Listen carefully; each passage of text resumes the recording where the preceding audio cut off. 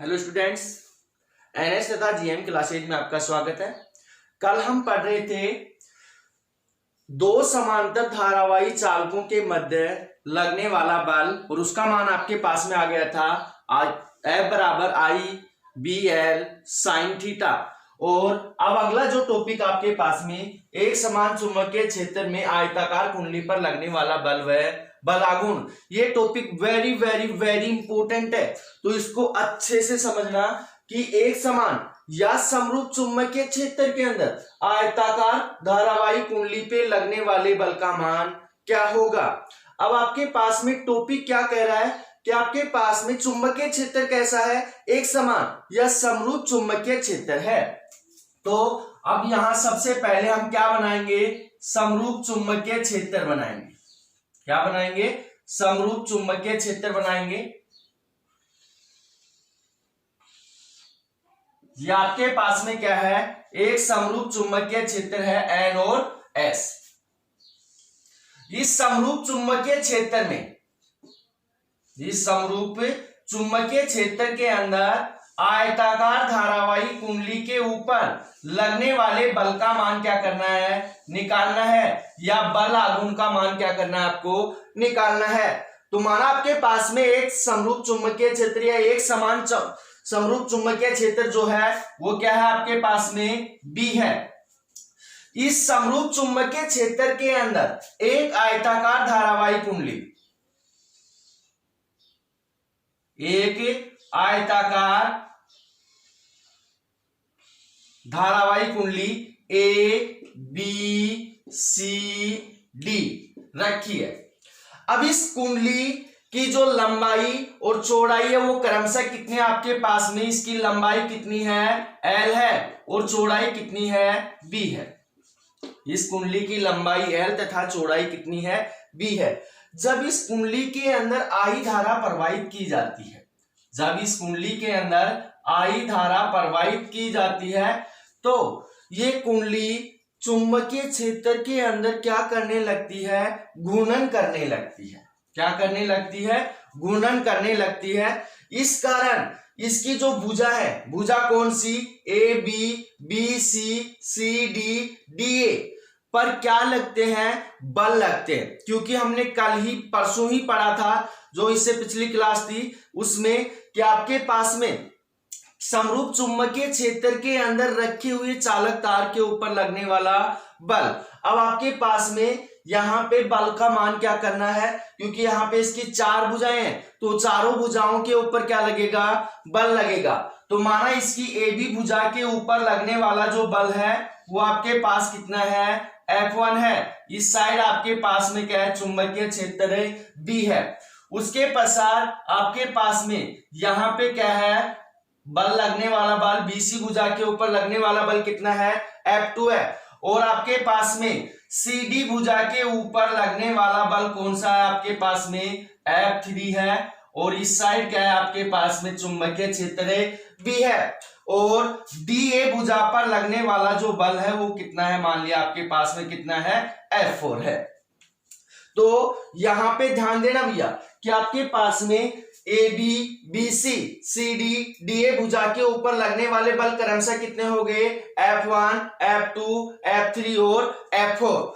अब उससे आगे यहां पे समझना कि आपके पास में भुजा ए बी के ऊपर लगने वाला बल, भुजा ए बी पर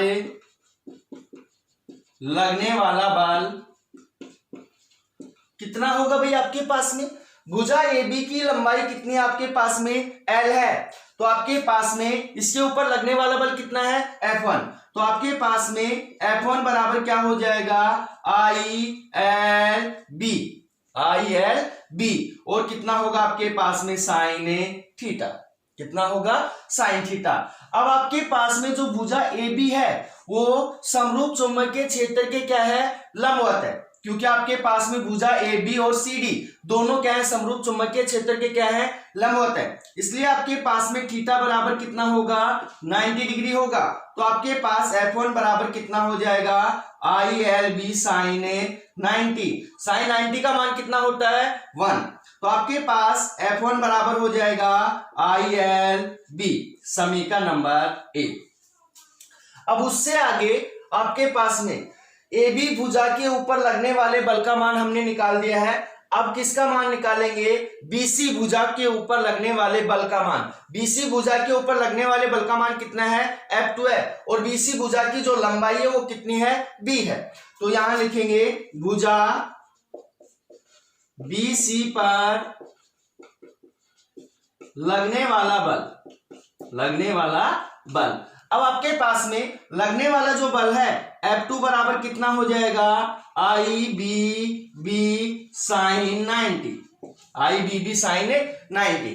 अब आपके पास में यहां sin 90 नहीं होगा क्योंकि आपके पास में यहां पे लिख दो कितना है? sin theta. तो आपके पास में IBB sin थीटा। तो यह आ गया आपके पास में समीकरण नंबर 2। उससे आगे भुजा CD पर लगने वाला बल। तो यहां लिख रहा हूं भुजा CD पर लगने वाला बल। भुजा CD के ऊपर लगने वाला जो बल होगा वो क्या है आपके पास में? F3। तो आपके पास F3 बराबर कितना हो जाएगा? आपके पास में भुजा CD की लंबाई कितनी है? L है। तो आपके पास कितना होगा? ILB sin 90, क्योंकि यहां थीटा बराबर कितना होगा? 90 डिग्री होगा। तो आपके पास में कितना होगा? F3 बराबर हो जाएगा ILB, समीकरण नंबर कितना आ गया? 3। अब उससे आगे आपके पास में भुजा DA पर लगने वाला बल। भुजा DA पर लगने वाला बल। भुजा DA के ऊपर लगने वाला जो बल है वो कितना है? F4। तो आपके पास में क्या होगा? F4 बराबर हो जाएगा आपके पास में IBB sin theta, IBB sin theta, क्योंकि आपके पास में यहां पे भुजा DA की जो लंबाई है वो कितनी है? B है। तो यह आ गया आपके पास में समीकरण नंबर 4। अब उससे आगे समझना भी कि आपके पास में समीकरण 2 और समीकरण 4 से जो आपके पास मान प्राप्त हो रहा है, F2 बराबर कितना हो रहा है? IBB sin थीटा, F4 बराबर IBB sin थीटा। तो कहने का मतलब क्या है कि आपके पास में भुजा ABC और DA के ऊपर लगने वाले बल का मान क्या है? एक समान है। भुजा BC और DA के ऊपर लगने वाले बल का मान क्या है? एक समान है, परंतु दोनों बलों की दिशा क्या है? एक दूसरे से विपरीत है, क्योंकि F2 क्या लग रहा है? ऊपर की ओर लग रहा है। F4 क्या लग रहा है? नीचे की ओर लग रहा है। इस कारण से दोनों बलों की दिशा क्या है? एक दूसरे से विपरीत है। इस कारण ये दोनों बल एक दूसरे को क्या कर देते हैं? निरस्त कर देते हैं। तो इनका जो परिणामी है वो कितना हो जाता है? 0 हो जाता है।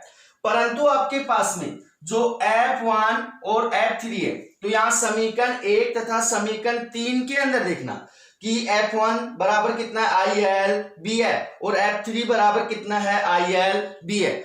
दोनों बल मान में क्या है? समान। दोनों बल मान में क्या है? समान है, परंतु दोनों बलों की क्रिया रेखा क्या है? एक दूसरे से भिन्न भिन्न है। इसलिए इन दोनों का जो परिणामी है वो तो 0 हो जाएगा, क्योंकि आपके पास में F1 बराबर ILB है, F3 बराबर भी कितना है? ILB है। तो इन दोनों बलों का परिणामी तो 0 हो जाएगा, परंतु दोनों बलों की जो क्रिया रेखा है वो क्या है? एक दूसरे से भिन्न भिन्न है। इसलिए इस आयताकार कुंडली के ऊपर लगने वाला कुल परिणामी बल, तो यहां लिखेंगे कुल परिणामी बल F बराबर कितना हो जाएगा भैया आपके पास में? F बराबर हो जाएगा F1 प्लस में F2 प्लस में F3 प्लस में F4। अब आपके पास में यहां पे F1 plus F2 plus F3 plus F4 इन सभी का योग कितना आ रहा है? 0, क्योंकि आपके पास में ये दोनों बल एक दूसरे को निरस्त कर रहे हैं और ये दोनों बल आपस में क्या है? इन दोनों का परिमाण क्या है? 0 है। तो आपके पास में F बराबर कितना हो जाएगा? 0। कितना हो गया? 0। तो यहां पे ध्यान रखना कि समरूप चुंबकीय क्षेत्र के अंदर आयताकार धारावाही कुंडली के ऊपर लगने वाले परिणामी जो बल का मान होगा वो कितना होगा, 0 होगा।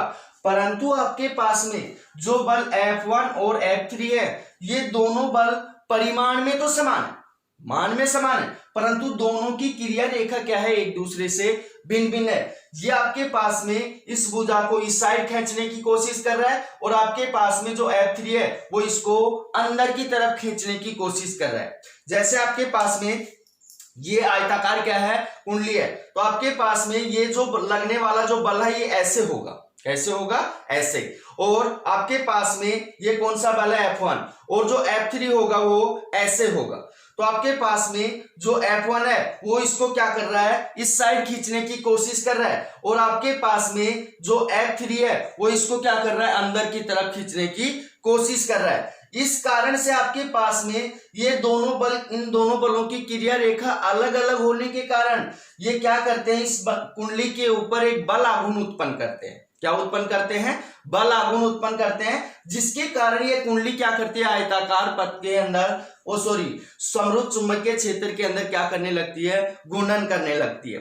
दोबारा से समझ लेना, आपके पास में ये F1 बल है और ये कौन सा बल है, F3 बल है। F1 बल इसको इस साइड खींचने की कोशिश करता है, F3 बल क्या करता है, इसको अंदर की तरफ खींचने की कोशिश करता है। इस कारण दोनों बलों की क्रिया रेखा भिन्न भिन्न होने के कारण क्या होता है, आपके पास में ये जो कुंडली है, इस कुंडली के ऊपर क्या उत्पन्न होता है, एक बल आघूर्ण उत्पन्न होता है, जिसके कारण ये आयताकार कुंडली समरूप चुंबकीय क्षेत्र के अंदर क्या करने लगती है, घूर्णन करने लगती है। तो आपके पास में अब अगला टॉपिक इसी में पूछा गया है, बल आघूर्ण टॉर्क। तो यहां बता सकते हैं इसका परिणामी, इस समरूप चुंबकीय क्षेत्र में आयताकार कुंडली के ऊपर लगने वाला जो बल होगा, परिणामी बल कितना होगा, 0 होगा। तो अब अगला टॉपिक है बल आघूर्ण टॉर्क। अब आपके पास में बल आघूर्ण टॉर्क क्या होता है, डेफिनेशन ध्यान से सुनना, पूछी जाती है। बल आघूर्ण टॉर्क, आपके पास में बल आघूर्ण जो टॉर्क होता है वो दोनों बल, कौन कौन से बल है, F1 और F3, क्योंकि आपके पास F2 और F4 का मान तो कितना हो गया, 0 हो गया। तो आपके पास दोनों बलों में से एक बल का परिमाण, आपके पास में टॉर्क बराबर हो जाएगा दोनों बलों में से एक बल का परिमाण गुणा दोनों बलों के बीच की लंबवत दूरी। दोनों बलों के बीच की जो लंबवत दूरी है वो कितनी है, आपके पास में b है। कितनी है, b, क्योंकि आपके पास में F1 और F3 दोनों बल किसके मध्य लग रहे हैं, AD के मध्य लग रहे हैं। किसके मध्य लग रहे हैं, AD के मध्य लग रहे हैं। तो ये लंबवत दूरी कैसे निकालेंगे वो अभी मैं आपको समझा रहा हूं। तो आपके पास कितना हो जाएगा, आपके पास में यहां पे दोनों बलों में से एक बल का परिमाण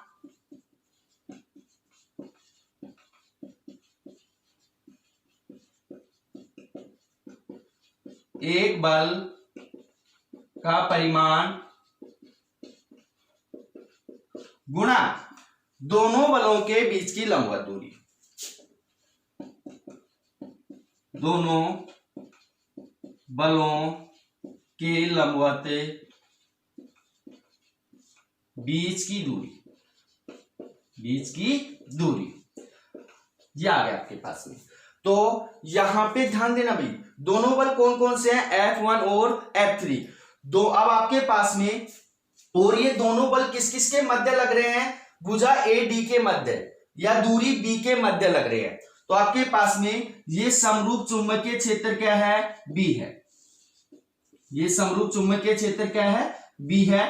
अब आपके पास में ये जो समरूप चुंबकीय क्षेत्र है इसके अंदर ये जो भुजा है वो हमने क्या मान ली, AD। ये जो भुजा है आपके पास में कौन सी है, AD है। अब यहां पे ध्यान देना कि आपके पास में AD के ऊपर F1 बल क्या लग रहा है, इस साइड लग रहा है। F1 बल इस साइड लग रहा है और आपके पास में इस साइड कौन सा बल लग रहा है, आपके पास में F3 बल लग रहा है। कौन सा बल लग रहा है, F3 बल लग रहा है। तो यहां पे ध्यान देना भाई कि आपके पास में यहां पे बीच की दूरी कितनी है, B है। कितनी है, B।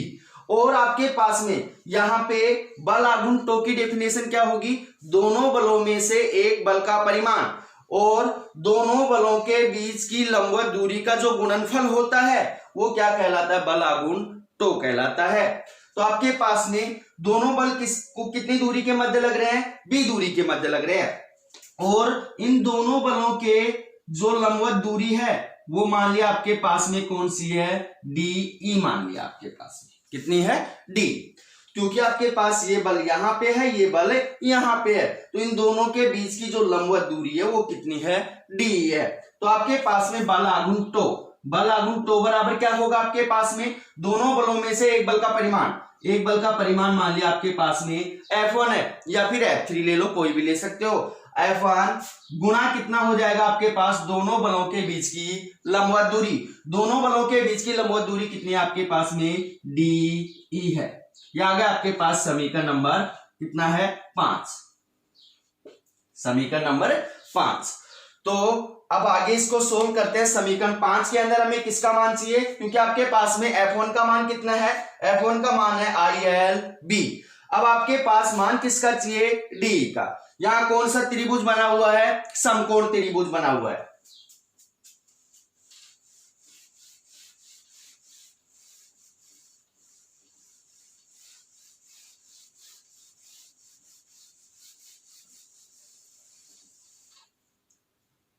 अब आपके पास में समकोण त्रिभुज ADE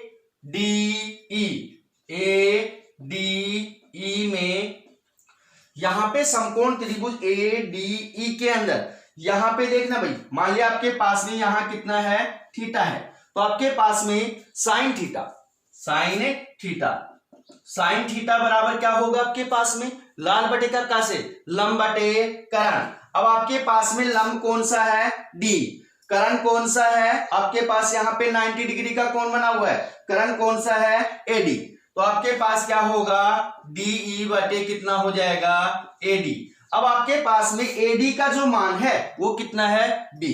तो यहां लिखेंगे चूंकि आपके पास में एडी बराबर कितना है, बी, स्मॉल बी है, तो आपके पास साइन थीटा बराबर कितना होगा आपके पास में, डी बटे कितना हो जाएगा, बी को इस साइड भेजेंगे तो आपके पास में डी बराबर कितना होगा, बी साइन थीटा। तो अब आपके पास में डी का मान समीकरण 5 के अंदर रखेंगे, तो यहां लिखेंगे समीकरण 5 से क्या मान हो जाएगा आपके पास में, बल आघूर्ण टो बराबर F1 गुणा बी साइन थीटा, डी का मान कितना है, बी साइन थीटा। अब आपके पास में चूंकि आपके पास में F1 बराबर क्या मान आया था, ILB आया था, ये मान उठाकर यहां डालेंगे F1 का, तो बल आघूर्ण टो बराबर कितना हो जाएगा आपके पास में, ILB गुणा कितना हो जाएगा, बी साइन थीटा। अब आपके पास में L गुणा बी, चूंकि आपके पास में L गुणा बी क्या है, L क्या है आपके पास में, आयताकार कुंडली की लंबाई, B क्या है उसकी चौड़ाई, तो आपके पास में लंबाई गुणा चौड़ाई, आयताकार कुंडली का क्या हो जाएगा, क्षेत्रफल, तो बराबर कितना हो जाएगा, A हो जाएगा। तो टो बराबर कितना हो गया आपके पास में, IAB और कितना हो गया, sine theta, IAB sine theta. अब आपके पास में यहां पे ये मान आ चुका है, अब उससे आगे आपके पास क्या होगा, यह आ गया आपके पास समीकरण नंबर 6। अब उससे आगे ध्यान से समझना, यदि आपके पास में कुंडली के अंदर जो फेरों की संख्या है वो कितनी है, n है, तो यहां लिखेंगे यदि कुंडली में फेरों की संख्या n है, तो आपके पास में यहां पे एक फेरे के लिए जो बल आघूर्ण टो आया है वो कितना है, IAB साइन थीटा है। यदि कुंडली के अंदर फेरों की संख्या कितनी है, n है, तो आपके पास में n गुणा क्या हो जाएगा, एक फेरे के लिए उत्पन्न बल आघूर्ण, तो आपके पास में टो बराबर क्या हो जाएगा, NIAB और साइन थीटा, अब आपके पास में यह आ गया समीकरण नंबर कितना, 7। अब आपके पास में 8वें चैप्टर में हम पढ़ेंगे चुंबकीय बलाघूर्ण।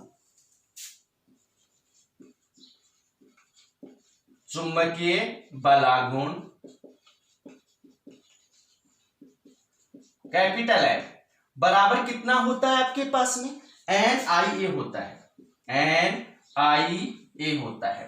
तो आपके पास में m बराबर हो जाएगा NIA। इसके बारे में हम चर्चा करेंगे 8वें चैप्टर में। चुंबकीय बल आघूर्ण m बराबर आपके पास में m बराबर NIA होता है। तो ये मान उठाकर यहां डालेंगे तो आपके पास में बल आघूर्ण टो बराबर कितना होगा MB sin theta, MB sin theta. यह आ गया आपके पास में समीकरण नंबर कितना 8।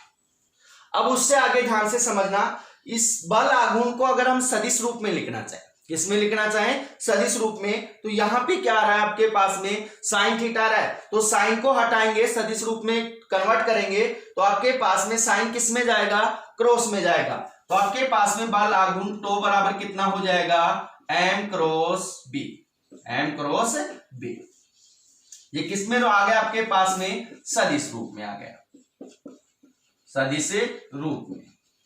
अब इससे आगे ये बल आघूर्ण का मान आ गया, तो दोबारा से समझ लेना इसको थोड़ा सा कि इस एक समान चुंबकीय क्षेत्र में आयताकार धारावाही कुंडली पर लगने वाले जो बल का मान, परिणामी बल का मान होता है कितना होता है 0 होता है, परंतु बल आघूर्ण टो का मान कितना होता है MB sin थीटा होता है, क्योंकि ये जो टॉपिक है आगे काम आने वाला है। तो टो बराबर कितना होगा MB sin थीटा होगा। अब आपके पास में यहां इसके अंदर लगेगी condition first, condition first. Condition first क्या है, यदि आपके पास थीटा बराबर कितना है 0 या 180 डिग्री है, यदि थीटा बराबर कितना है 0 या 180 डिग्री है, तो आपके पास में समीकरण 8 से उत्पन्न बल आघूर्ण टो कितना हो जाएगा आपके पास में, टो बराबर होगा MB sin 0। sin 0 का मान 0, तो 0 की संख्या से मल्टीप्लाई करेंगे क्या हो जाएगा 0 हो जाएगा। तो आपके पास में टो बराबर क्या होगा 0। कंडीशन सेकंड, यदि आपके पास में थीटा बराबर कितना है 90 डिग्री है, कंडीशन सेकंड, यदि थीटा बराबर कितना है 90 डिग्री है, तो आपके पास बल आघूर्ण टो बराबर कितना होगा MB 90, MB 90। तो आपके पास टो बराबर कितना हो जाएगा MB, और आपके पास में M का मान कितना है NIA है, कितना है NIA। अब ये हो गया आपके पास में एक समान चुंबकीय क्षेत्र या समरूप चुंबकीय क्षेत्र में आयताकार धारावाही कुंडली के ऊपर लगने वाला बल है बल आघूर्ण। अब अगला जो टॉपिक आता है आपके पास में वो टॉपिक है धारामापी। काफी लंबा टॉपिक है, तो हम टॉपिक के ऊपर बात करते हैं। अगला टॉपिक है धारामापी।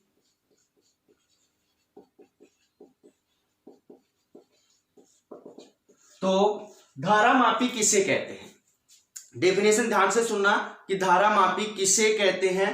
तो आपके पास में धारामापी क्या होगा, वह उपकरण जिसकी सहायता से विद्युत परिपथ के अंदर, किसके अंदर, विद्युत परिपथ के अंदर धारा का क्या किया जाता है, मापन किया जाता है। क्या किया जाता है, धारा का मापन किया जाता है। क्या कहलाता है, धारामापी कहलाता है। तो वह उपकरण जिसकी सहायता से विद्युत परिपथ के अंदर धारा का मापन किया जाता है क्या कहलाता है, धारामापी कहलाता है। और जो धारामापी होता है वो दो प्रकार का होता है। कितने प्रकार का होता है, दो प्रकार का होता है। पहला होता है चल कुंडली धारामापी, दूसरा होता है आपके पास में चल चुंबक धारामापी। अब आपके पास में चल कुंडली धारामापी क्या होता है, वह धारामापी जिसमें कुंडली घूमने के लिए क्या होती है, स्वतंत्र होती है, या कुंडली आसानी से क्या होती है, घूम जाती है, उसे क्या कहते हैं, चल कुंडली धारामापी कहते हैं। और चल चुंबक धारामापी के बारे में हम जिक्र करेंगे कल। अब आपके पास में चल कुंडली धारामापी भी दो प्रकार का होता है। कितने प्रकार का होता है, दो प्रकार का होता है। पहला होता है आपके पास में निलंबित कुंडली धारामापी, और जो सेकंड है वह आपके पास में कीलकित कुंडली धारामापी। तो हम कल टॉपिक पढ़ेंगे धारामापी। धन्यवाद।